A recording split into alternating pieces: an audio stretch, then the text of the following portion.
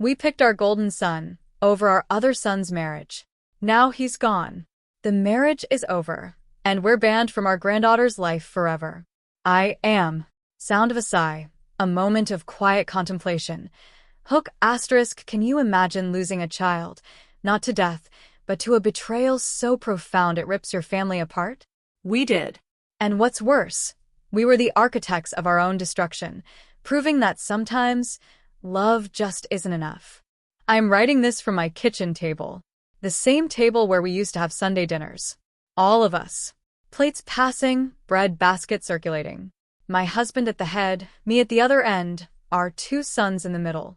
This table, it seats 6. There are only 2 of us now. And I need to tell you what we did. Not what happened to us, what we did. Because those are fundamentally different things, and I spent 3 years pretending they were the same. They are not. We had 2 sons. Derek was the older one. Quiet, steady, the kind of man who would fix things before you even knew they were broken. He'd change your oil before you noticed it needed it. Show up early, leave late. A rock. He married a wonderful woman named Caitlin, and she made him laugh in a way I hadn't seen since he was 8 years old. They had a daughter, our precious Rosie. She was just 4 years old when everything fell apart. Rosie turned 7 last month. We weren't invited. Our younger son, Patrick. Oh, Patrick. He was the one people noticed when he walked into a room. Loud, charming, that dazzling smile that just made you forgive him anything. He was always 2 hours late. Always. And he always had a reason, a story, a way of making it sound like it wasn't his fault. And we always believed him. Every single time. That's on us. I know that now. Patrick met Derek's wife, Caitlin, at a family barbecue 3 summers ago. I remember that afternoon so clearly. I remember thinking they were talking for a long time near the cooler. I remember thinking it was nothing. Just harmless chat. My God, it was not nothing. I don't know exactly when it started. I've asked myself that question every single day for 3 years, and I still don't have an answer. What I do know is that by October of that year, Derek found out. He found messages. He found call logs. He found things no man should ever have to find on his wife's phone about his own brother. He called us that night. My husband answered. I watched his face change. He said very little, his voice a low, strangled sound. He hung up and just sat down at this very kitchen table, pale, and told me what Derek had found. And my first thought? It was about Patrick. Not Derek. About Patrick. I want you to hold that, because that is the thing I will not, forgive myself for. My older son called us from the floor of his bedroom, completely destroyed, his life shattered. And my first gut instinct was to protect the younger one. We called Patrick that night. He didn't deny it. Not really. He said it was complicated. He said Caitlin had been unhappy for a long time. He said Derek was difficult to live with. He said a lot of things that I now understand were Patrick repositioning himself, carefully crafting a narrative before the real story could be told without him. And we listened. God, we should not have listened. We should have said, this is not about Caitlin's happiness. This is about what you did to your brother. We did not say that. Derek came over the next morning. He sat in the chair Patrick always sat in, because Patrick wasn't there. He was calm. Calm in a way that truly scared me. You know how they say men are most dangerous when they're that calm? That was Derek.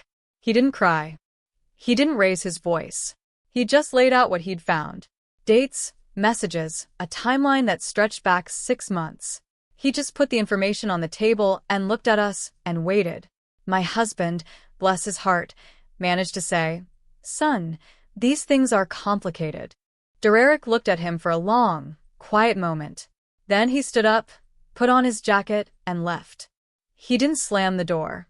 That's the part that really stays with me. He just closed it, quietly, like he'd already decided something profound, irreversible. And that door closing? That was the last step. We didn't know what he decided. Not yet. We spent the next 2 weeks talking to Patrick every single day. How is he doing? Is he eating? Is he sleeping? What does he need? We called Derek twice. He answered once, said he needed space. We said, okay. We gave him space. But what we actually gave him was the message that space was available, and we were filling it not with our love for him, but with his brother. Caitlin moved out of their house in November. Derek stayed. Rosie stayed with him 4 days a week. He took her to school, packed her lunch, made her dinner, did the bath and bedtime routine alone 4 nights a week. All while working full-time and processing the fact that his wife and his brother had been together for 6 months. And us, we didn't offer to help him. Instead, we offered Patrick our guest room. He stayed for 6 weeks. We cooked for him. My husband drove him to appointments. We told him it would be okay. We told him these things happen. We even told him, and I am so deeply ashamed to admit this, we told him that Caitlin wasn't right for Derek anyway. We said that out loud. In our kitchen. About our daughter-in-law. While our older son was alone in his house, putting his 4-year-old daughter to bed by himself. Patrick cried a lot during those 6 weeks. We interpreted the crying as remorse. Oh, how wrong we were. It was not remorse. We know that now. Patrick cried because things were inconvenient for Patrick. He cried because Caitlin wasn't leaving Derek as cleanly as he'd hoped. He cried because the story wasn't going the way he planned it. He was never sorry. The divorce proceedings started in January. Derek hired a lawyer within 2 weeks of Caitlin moving out. Fast. Decisive. My husband said, "He's moving too fast. He should take time to think." I agreed. But Derek did not want our opinion. He did not ask for it. We gave it anyway. My husband called him and said, "Son, you need to slow down. Give this time. Don't make decisions you'll regret." And Derek, in a voice I barely recognized, said, "I have one question for you. When I called you in October, who did you call first, me or Patrick?" My husband didn't answer. Derek just said, "That's what I thought.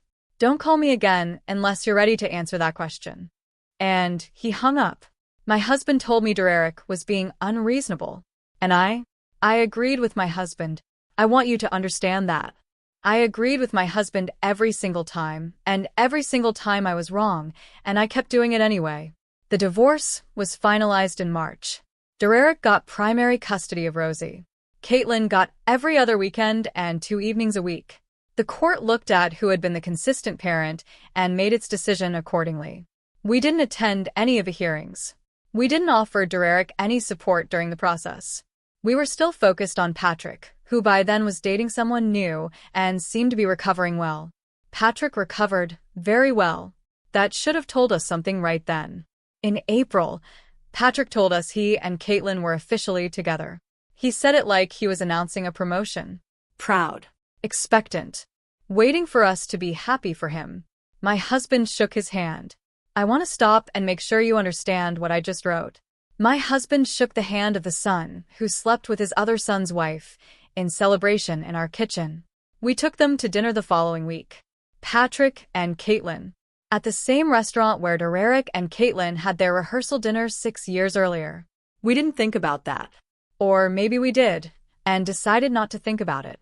Derek found out about the dinner. I don't know how. He sent my husband a text. 7 words. "Don't contact me or Rosie again." My husband showed me the text. We both agreed Derek was being extreme. He was not being extreme. He was being exact. We didn't understand the difference. May came. Mother's Day. I sent Derek a card, handwritten. Told him I loved him. Told him I missed him. Told him I hoped we could talk soon. He sent it back unopened. Return to sender, written in his unmistakable handwriting, across the front. I stood at the mailbox holding that envelope for a long, long time. I told Patrick about it.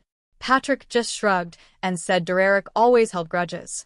He said it like it was a character flaw. Like the problem was Derek's capacity for memory, and not what we had collectively done to deserve being remembered this way. I've believed Patrick. June came. Rosie's birthday. We sent a gift.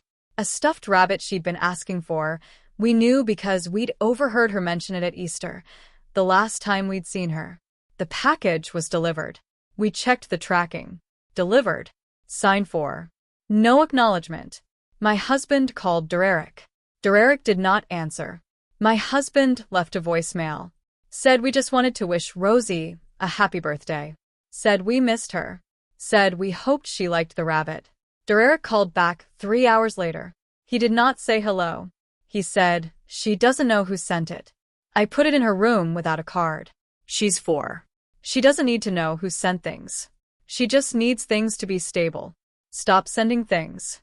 My husband started to say something. Derek cut him off. I'm going to say this once. You went to dinner with them. You shook his hand. You sent my ex-wife a birthday card last month. You are not safe people for my daughter to be around right now. Maybe, ever. I haven't decided. But right now, no. My husband, utterly broken, said, Derek, we're your parents. And Derek's reply, ice cold. I know who you are. That's why I'm telling you directly instead of just letting the lawyer handle it. Goodbye, Dad. He hung up. My husband sat at this table for a long time after that call. He didn't say anything. I made tea. Neither of us drank it. We still thought we'd done nothing wrong. I need you to understand that. We sat in this kitchen in June of that year, and we genuinely believed that Derek was the one being unreasonable. We believed we were victims of our son's anger. We believed that if he just calmed down, he would see that we loved him, and that would be enough. But love is not enough when you choose against someone. We didn't know that yet. Summer passed. Fall came. Patrick and Caitlin moved in together. We helped them move. We rented the truck. My husband carried boxes. I unpacked the kitchen. Caitlin's kitchen. The same Caitlin who had been Derek's wife 8 months earlier. We set up her spice rack. I'm telling you this so you understand how thoroughly we had separated what we were doing from what it meant. We had split Patrick and Caitlin from Derek, and what we lost so completely that I could stand in that kitchen arranging cumin and paprika and feel nothing but the ordinary satisfaction of helping family. Derek was alone 6 miles away, putting Rosie to bed. We were arranging spices. October came. 1 year since Derek first called us. My husband suggested we reach out, try again. He drafted a letter, 2 pages. Told Derek we loved him. Told him we missed him and Rosie. Told him we understood he was hurting but we were hurting too, and didn't family matter enough to try? He nailed it. A sincere, pleading letter. Derek's response came 8 days later. It was not a letter. It was a legal document. A formal notice from Derek's attorney stating that Derek was establishing no-contact parameters with both of us, and that any future attempts to contact him, his residence, his workplace, or his daughter would be documented and addressed legally, if necessary. The document was 3 pages. It outlined every contact attempt we'd made since June. Every card, every call, every package, every voicemail, every drive-by. Yes. My husband had driven past Derek's house twice just to see if lights were on, and Derek's lawyer had documented it. 14 months. He'd been building a file. My husband read the document and said, he hired a lawyer just to hurt us. I read the document, and for the first time, something shifted inside my chest. Something that had been sealed since October of the year before. Something I hadn't let myself feel, because feeling it meant admitting what we'd done. My husband said, this is excessive. I looked at him. I said, is it? I started to list it. He called us the night he found out. We called Patrick. We gave Patrick our guest room. We told him Caitlin wasn't right for Derek. We took them to dinner at the rehearsal dinner restaurant. You shook his hand. I set up her kitchen. And then we wrote a letter asking why family doesn't matter enough to try. My husband was quiet. I said, we never once asked Derek what he needed. Not once in 12 months. We never called to say, what can we do for you? We called to manage him, to slow him down, to make him more comfortable with what Patrick did. I felt the words burning on my tongue. We treated his pain like an inconvenience to Patrick's recovery. My husband didn't argue. That was the first honest conversation we had. It was too late. We did not contact Derek again. Not because the lawyer told us not to, but because I finally understood that contact was not what he needed from us. What he needed was for us to be his parents before he needed to become unreachable. We'd missed that window. We'd driven past it at full speed while shaking Patrick's hand. Winter came. I thought about Rosie at Christmas. What she looked like now. Whether she still carried the stuffed elephant she'd had at Easter. whether she remembered us. Patrick and Caitlin had a rough winter. Arguments, tension. Patrick came over twice wanting to talk. We listened. We gave advice. We were still performing the role of Patrick's support system because it was the only parental role we had left. In February, my husband's sister, Derek's Aunt Lorraine, called me. She said, "I had lunch with Derek last week." I clutched the phone. "How is he?" She said, "He's doing well. He looks healthy." She told me Rosie was in first grade, that she has a best friend named Zoe. She's reading above grade level. Then she dropped the bombshell. "He's seeing someone named Natalie." I was stunned. "He's seeing someone?" Lorraine said. "For about 8 months. She's very good with Rosie." 8 months. He'd been with someone for 8 months, and we hadn't known. There was a woman named Natalie who knew our granddaughter's best friend's name, who tucked her in, who was building a life with our son and our granddaughter while we unpacked spice racks and dried Patrick's tears. Lorraine said, "I'm not telling you this to hurt you. I'm telling you because I think you need to understand how much life is happening without you in it." I swallowed hard. "Does he ever mention us?" She was quiet for a moment. Then she said, "He doesn't say anything bad. He just doesn't say anything." That was worse than anything she could have said. Spring. 14 months after the legal notice, Patrick and Caitlin broke up. Patrick came over the night it happened. Red-eyed, unshaven. He sat at this table and told us she'd ended it. Said she told him she'd never actually been in love with him. Said she realized she'd used the affair to get out of her marriage. Said she was sorry. Patrick looked utterly destroyed. My husband got up and put a hand on his shoulder. I watched from across the table, and I felt something I hadn't expected. Nothing. Not satisfaction. Not anger. Not grief. Just the flat, chilling recognition that this was what we had traded Derek for. This. A son crying over a woman who used him the same way he used his brother's marriage. The symmetry was exact. I just sat with it and let it be exact. Patrick stayed for 2 weeks. We let him. Old habits. On the last night before he found his own apartment, he said, "I still don't understand why Derek can't just move on. It's been almost 2 years." He looked at me, perplexed. "I mean, he's doing well. Rosie's fine. There's no reason to keep punishing us." I looked at him, really looked at him. I said, "Patrick, who do you think is being punished? Derek is having Sunday dinners with Natalie and watching Rosie learn to read. We are the ones sitting at an empty table. We are the ones who haven't seen our granddaughter in 2 years. We are not his punishment. We are our own." Patrick didn't say anything. I said, "You need to find your own apartment. I love you, but you need to go." He moved out 4 days later. First right thing I'd done in 2 years. Far too late to matter. My husband wrote Derek a letter in the fall. Not through the lawyer. A handwritten, 1-page letter. He said, "We made choices that told you exactly what you were worth to us compared to your brother. We were wrong. We are not asking for anything. We just needed you to know that we know." He nailed it. 6 weeks of silence. Then a single photograph arrived. No note, no return address. But we knew. It was Rosie, standing at what looked like a school event next to a woman with dark hair, holding Rosie's hand. Rosie was holding a drawing she'd made, smiling the exact smile Derek had when he was small. That was all. My husband put it on the refrigerator. We look at it every morning. Here is what I know now. We did not lose Derek when he stopped answering our calls. We lost Derek the night he called us from his bedroom floor, and we dialed Patrick's number first. Everything after that was just the bill arriving in installments. Rosie turns 7 next month. Lorraine told us. Lorraine sees them sometimes and sends small updates because she's kind, and because she understands that updates are the only access we're ever going to get.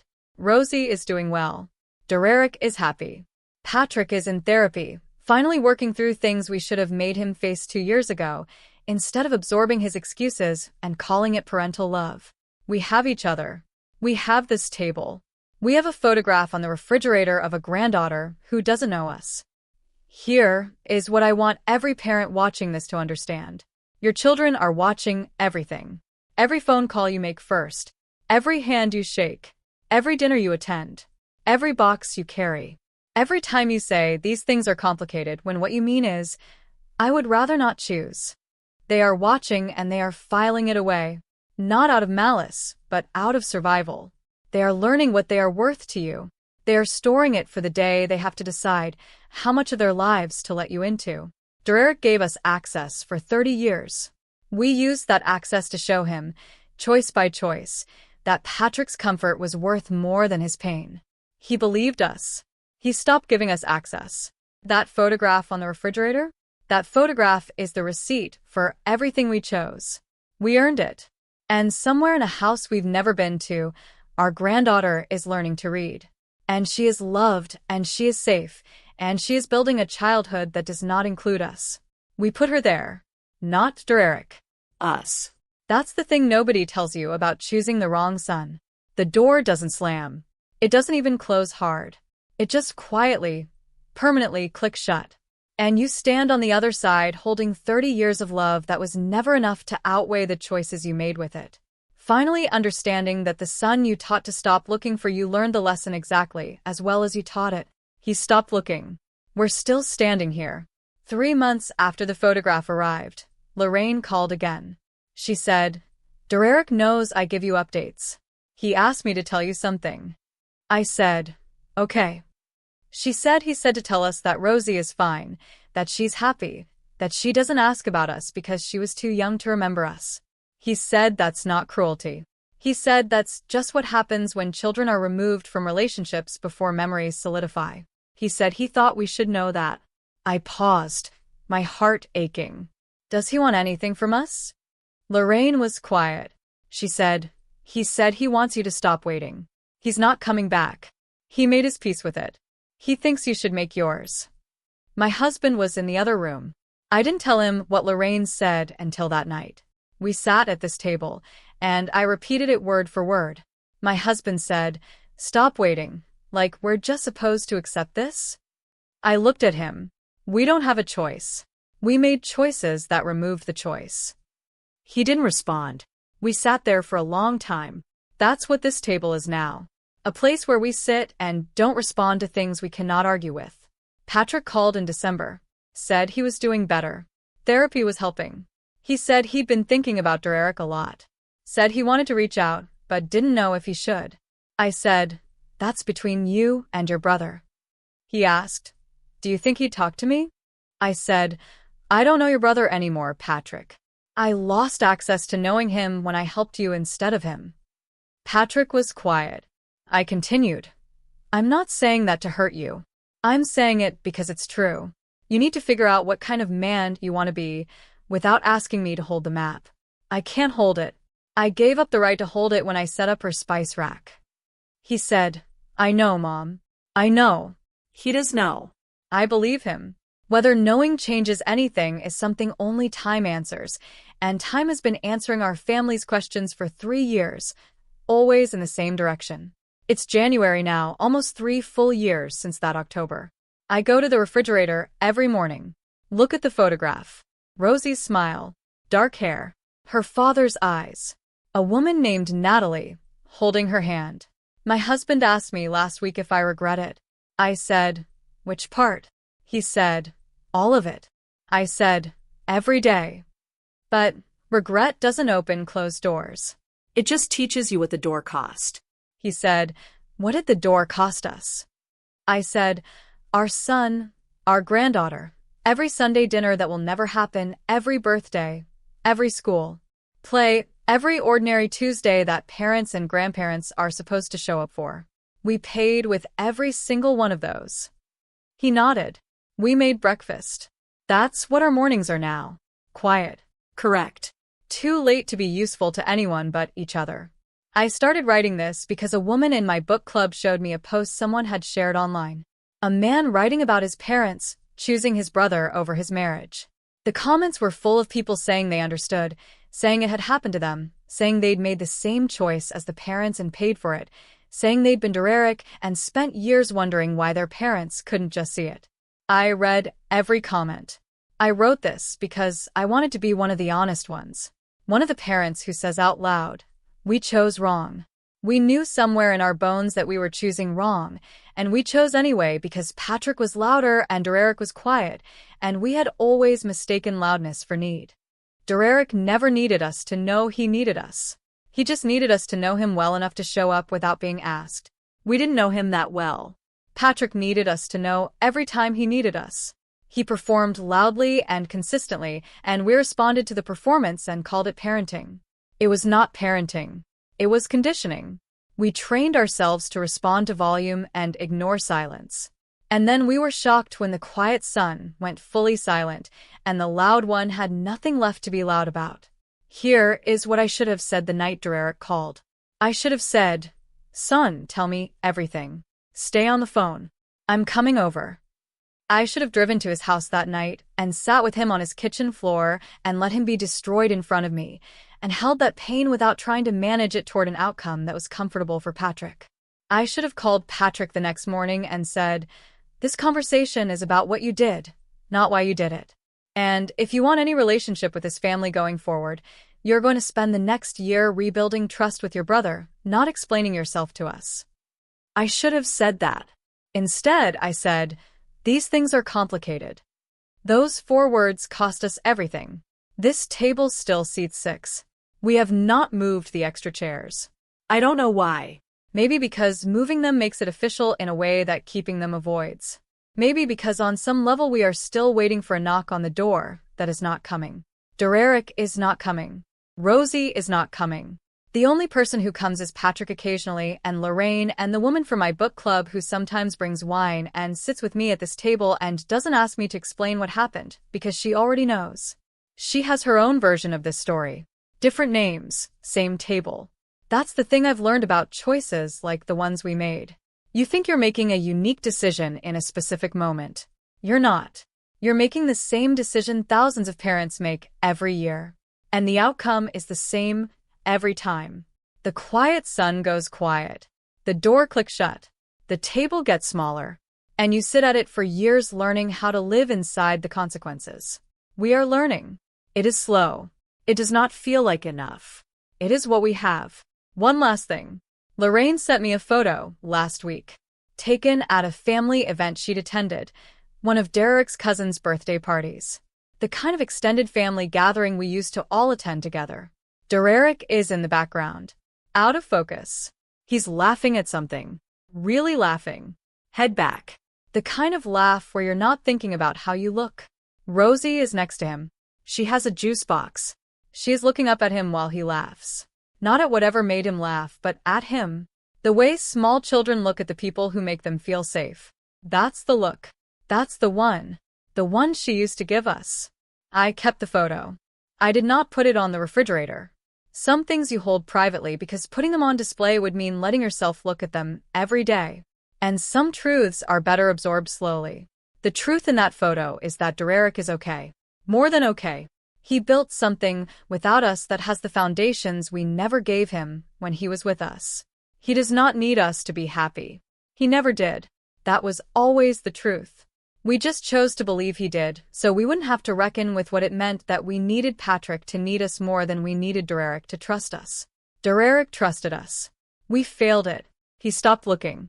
And from across a room, in a photograph taken by someone who still loves us both, he is laughing and his daughter is watching him with safe eyes. And the door between our world and his is closed. We closed it. We stand at it sometimes and we do not knock. Call to action *, this is our story. A hard truth we had to learn. What about you? Have you ever faced choices that tested your family loyalties in ways you never expected? How did you navigate it? Or, if you've been on the other side of a betrayal like this, what did you need from your loved ones? I'm honestly curious to hear your thoughts in the comments below.